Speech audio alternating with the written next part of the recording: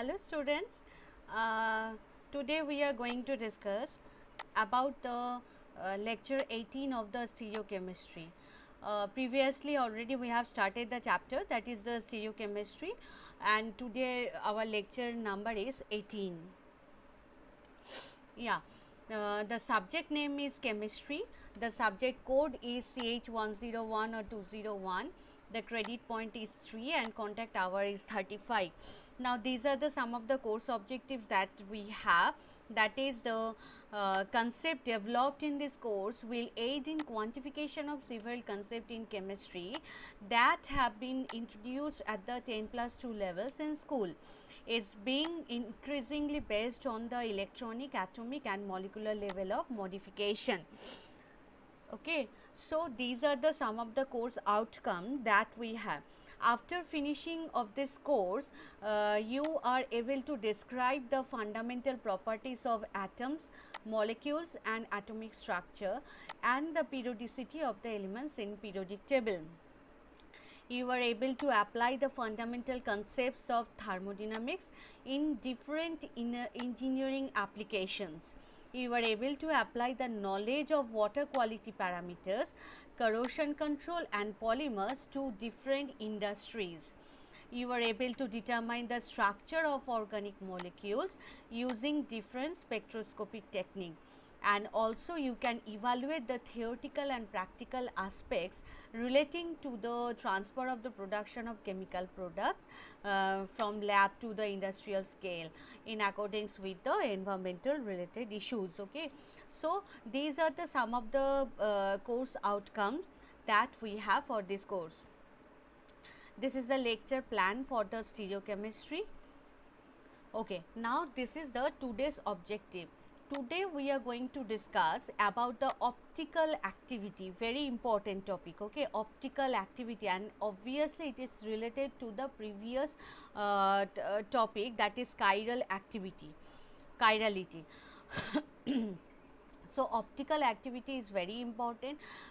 Here we will discuss about the how we can define the optical activity of a molecule, what are the examples of optically active molecules, and how what is the special features of that optical activity molecules. Okay, so how we can know this molecule will be the optically active molecule and this molecule will be the optically inactive. So all this we will discuss in this chapter.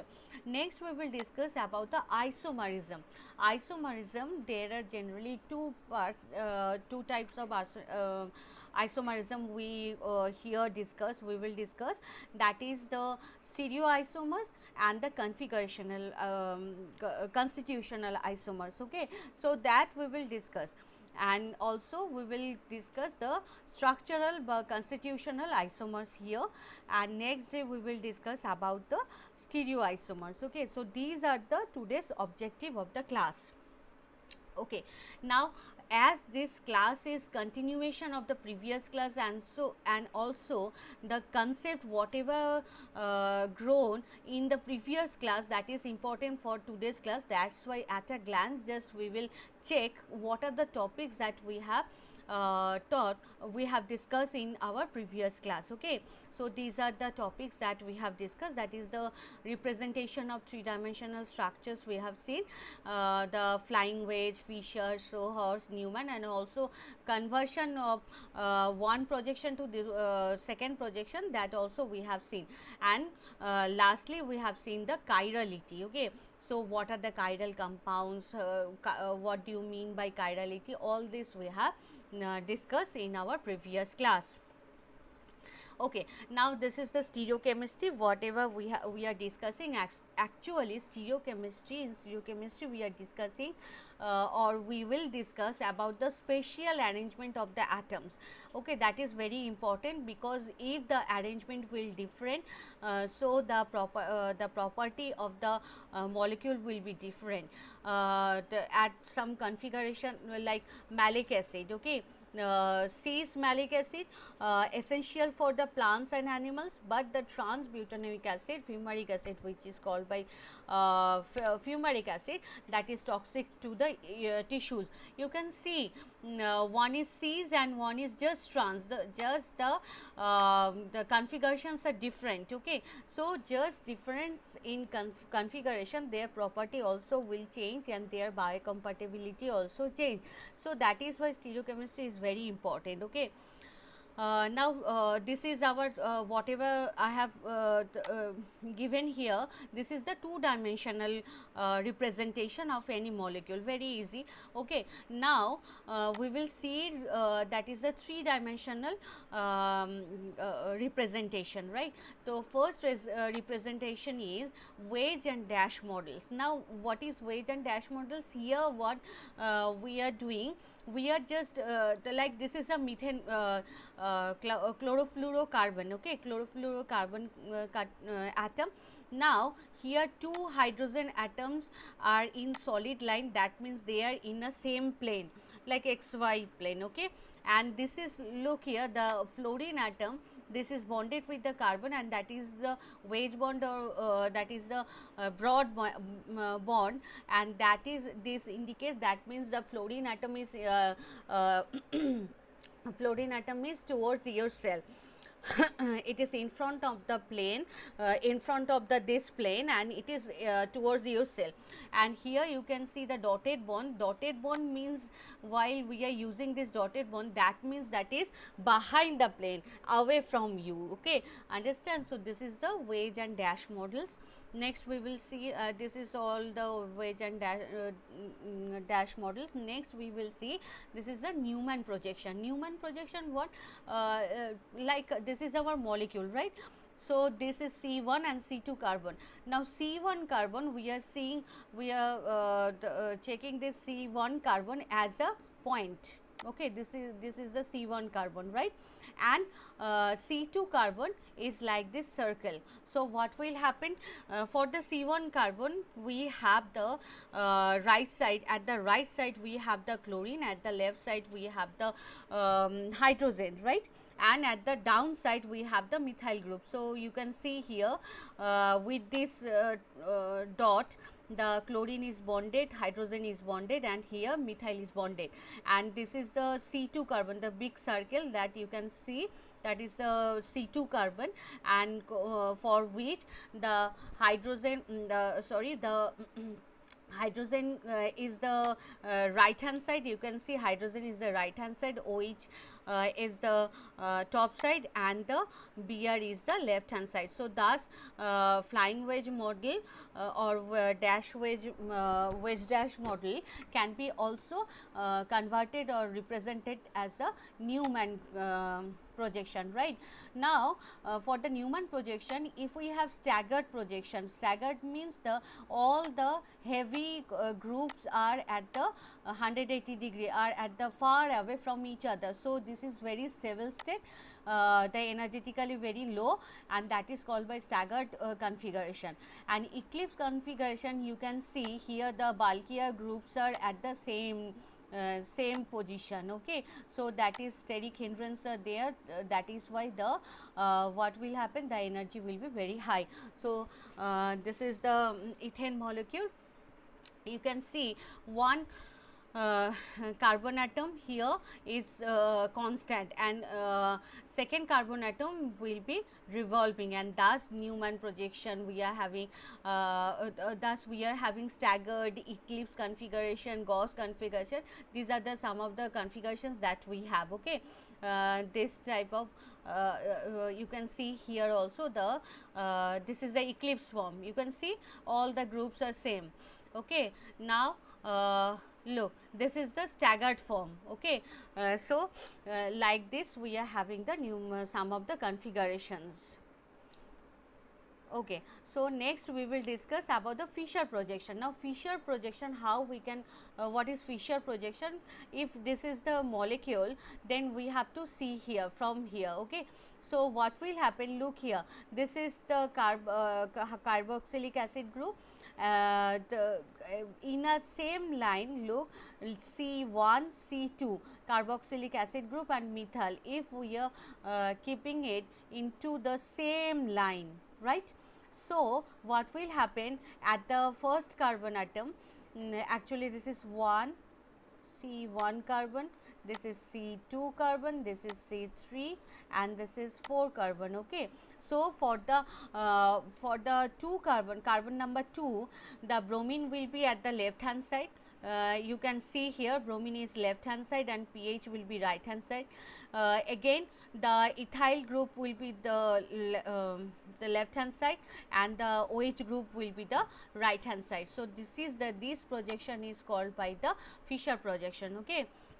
Now, show us while the carbon atoms, while the structure will be represented like this, that is called by the Shohers configuration. Okay, this is C1 carbon and this is C2, and with the C1 and C2 all the groups are, you can see all the groups are bonded. So, we have to look through this angle. Okay. So, that is why look through this in this way, in this view. So, we can see the molecule and this is the Shohers projection. Okay. So, here we have also seen the conversion, how we can convert the Fischer projection to Shohers projection. Okay. Next to the Shohers projection to Newman projection also we have seen, and Fischer projection to flying wedge to Fischer projection. These are the some of the conversion that we have seen. Okay. So, from this portion you can have this type of question like you are given some molecules, you have to convert that molecules into Fischer projection, or you have to convert these molecules into Shohers projection or Newman projection. Okay. So, these type of questions generally you can have from this portion. Next, we have discussed the chirality. Chirality is very important concept for today's topic also, because chirality, chiral compound. What is chirality? Chirality is non-superimposable mirror images are called by the chiral compound. Chiral compound, actually what will happen, the carbon atom, while the carbon atom will attach with the 4 different atoms, that is called by the chiral carbon. And chirality, if we have the chirality, so that is the non superimposable mirror images. A simple example of like hand, our hand, if this is our hand and if we are taking the mirror image, so this will like this. Now, if you want to impose the 2 hands, it cannot be superimposed. Okay. So, this is the example of chiral center. Okay, molecular chirality for the first time. So, these are the some of the molecules I have given which are the chiral compounds. Okay. Now, we will discuss about the optical activity, very important, optical activity. It is the ability of a chiral compound. Okay.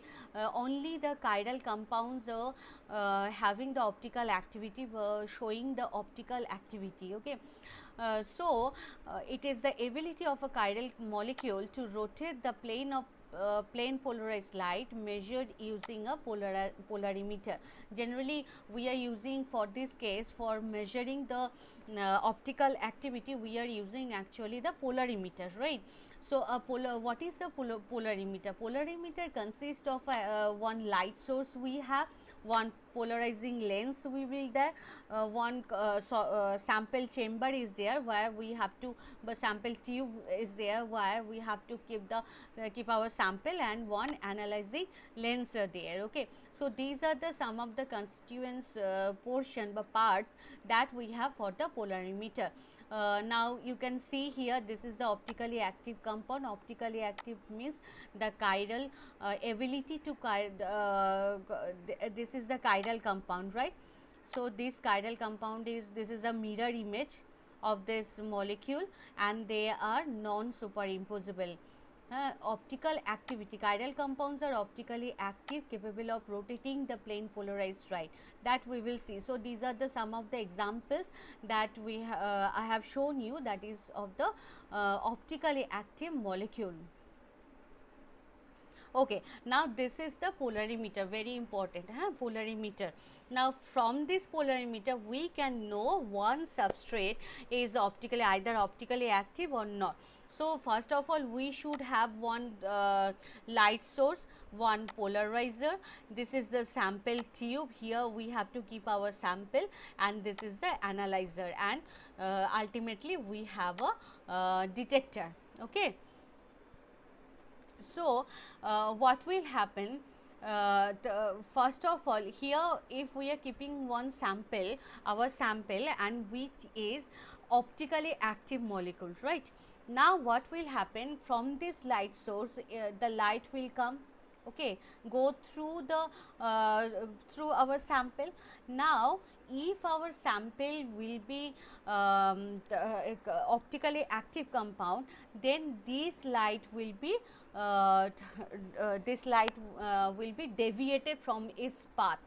Okay, either it can be deviated from clockwise, or it can deviate from the anti-clockwise. So, yeah, if it is deviated, so that is a detection by indication of our compound, that our compound will be the what, optically active compound. Okay.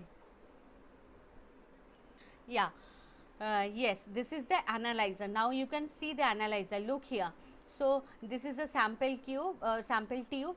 Through this sample tube, while the plane polarized light will passing, if the compound is our optically active compound, so the light will be you can see the deviated light will be deviated either clockwise direction or anti-clockwise direction. So it is detection, it is a indication that our molecule is optically active molecule. Now, what is the principle of polarimeter?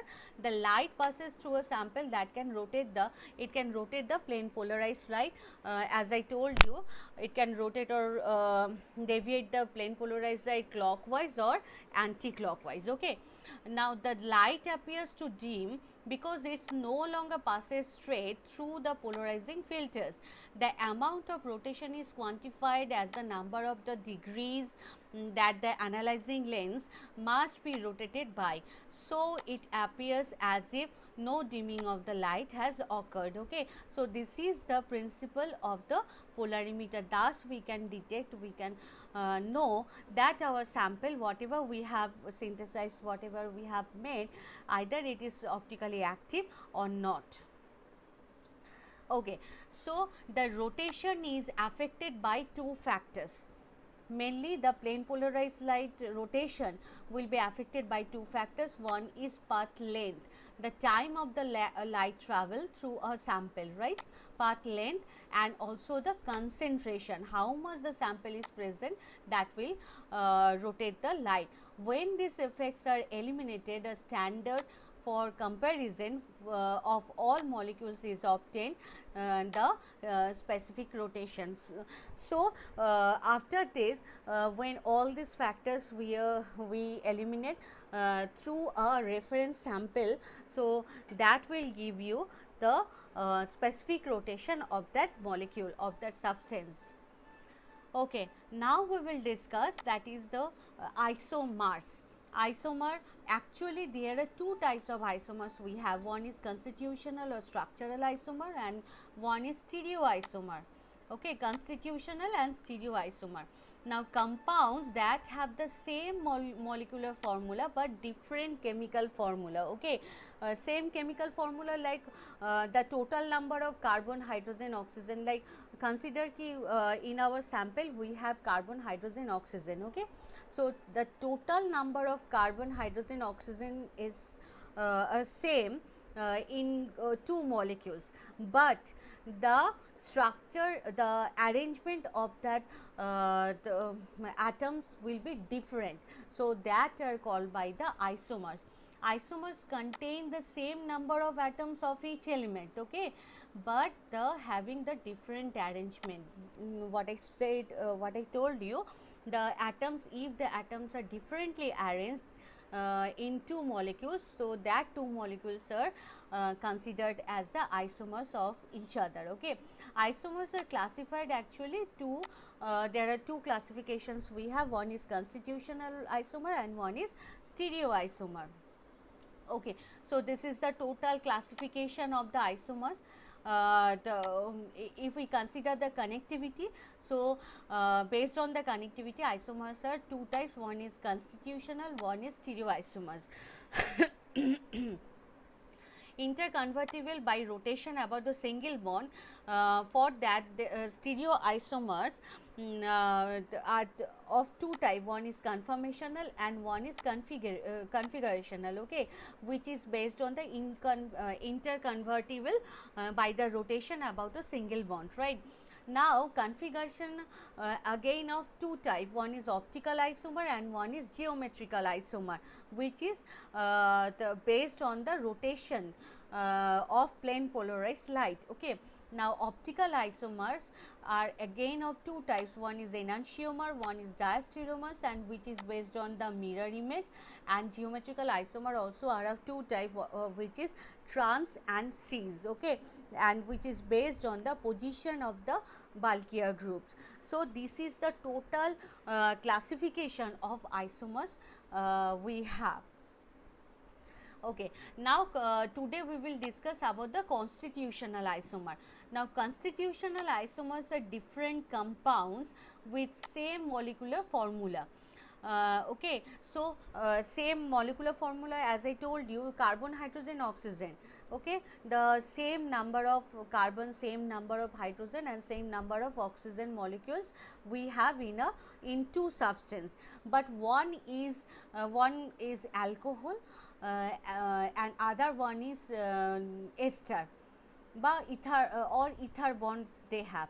So, that means the bond connectivity, the functional groups are different, but the number of carbon atom, number of hydrogen and number of oxygens are same. So, that two are the example of constitutional isomers. Okay. Now, constitutional isomers have different IUPAC now, as I told you, one is alcohol, one is one can be ether, one can be ester. Okay. Same or different functional groups, different physical properties and different chemical properties also. So, these are the some of the features that we have for the constitutional isomer.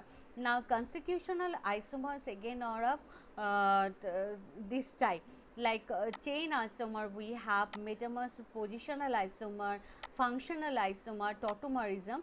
Again tautomerism are of again two types, one is proton tautomerism and one is ring chain tautomerism. So, these are the all types of the constitutional isomer that we have.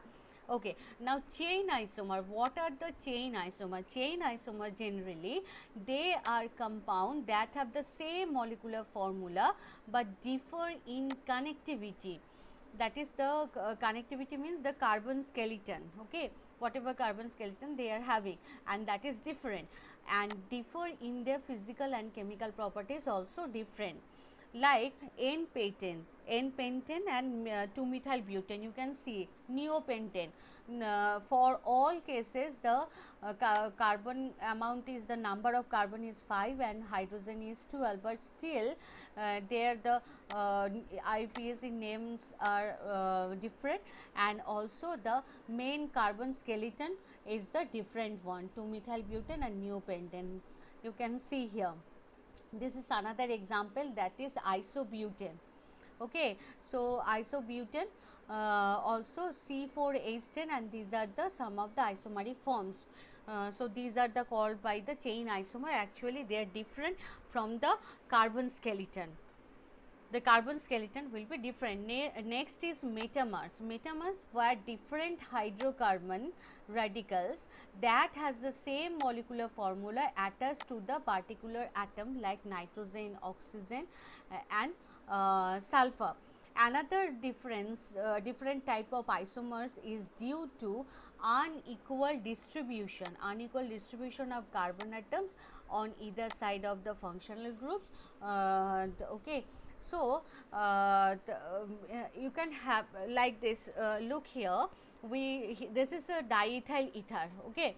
So, in both sides we have the same number of the both side of the oxygen atom, we have the same number of carbon and hydrogen, but here you can see methyl propyl ether. Here methyl group is there and here propyl group is there. Methyl isopropyl ether, here also we have one methyl group and this is the isopropyl group. That means what will happen, these nitrogen in this structure surroundings the oxygen atom, the the number of the different type of alkyl groups are there. Okay, some in some cases it is ethyl, in some cases it is propyl, and in some cases it is isopropyl. So these are the types of constitutional isomer generally is called by the metamers. Here also we have the diethylamine.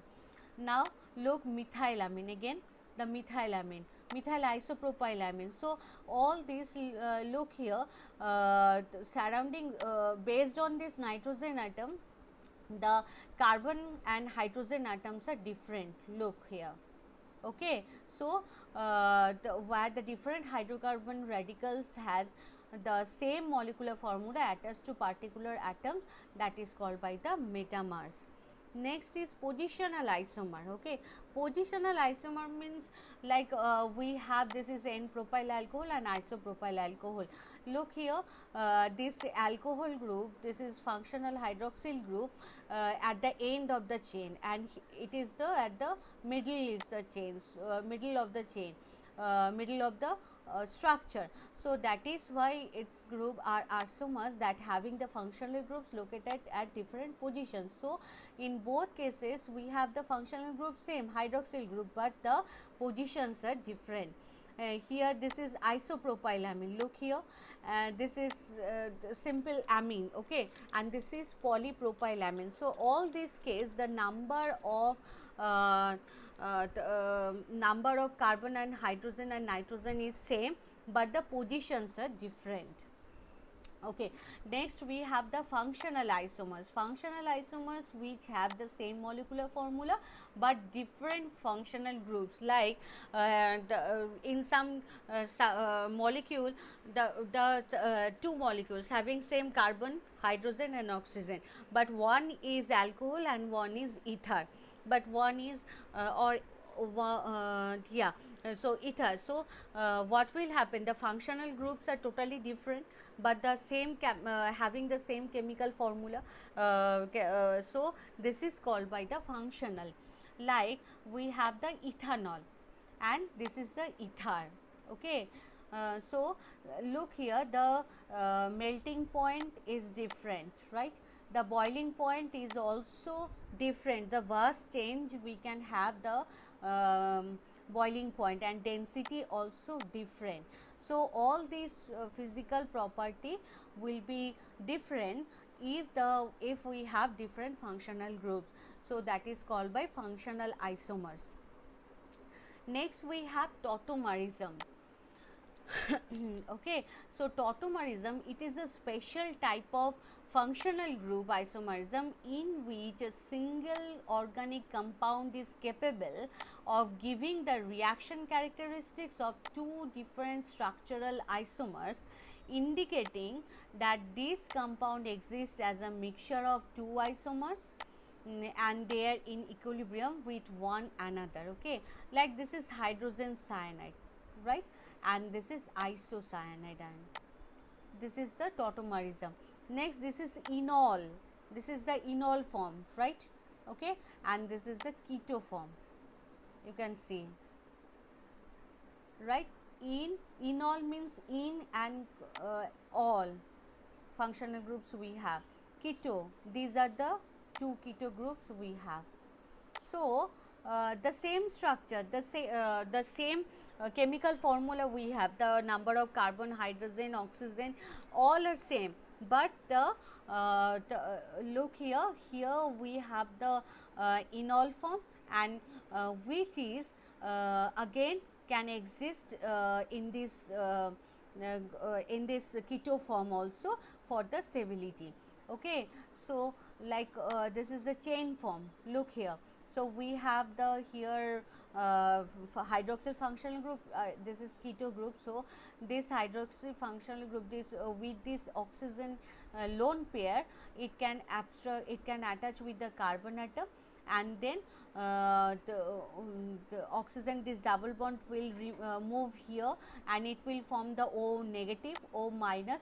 This O negative will abstract then this O negative will abstract then this hydrogen. Okay. So this is the cyclic structure we have formed. So this is also the tautomerism. These are the so these two isomers are called by the tautomerism. Okay. So this is all about the constitutional isomers. Yeah. So and also this is all about the today's topic. Next day we will discuss about the stereoisomers, which is also very important and basic, which is also the basic concept of the stereochemistry. Okay. So how much you have got for that? I have given one question, that is, give one example of optically active compound, and your time starts now.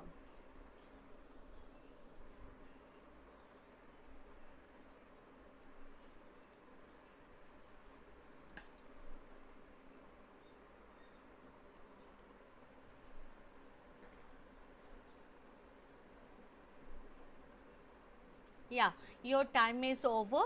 10-second time is over now. Yes, you are absolutely right. 2 chlorobutane, 1 butanol, they are all the examples of the optically active compound.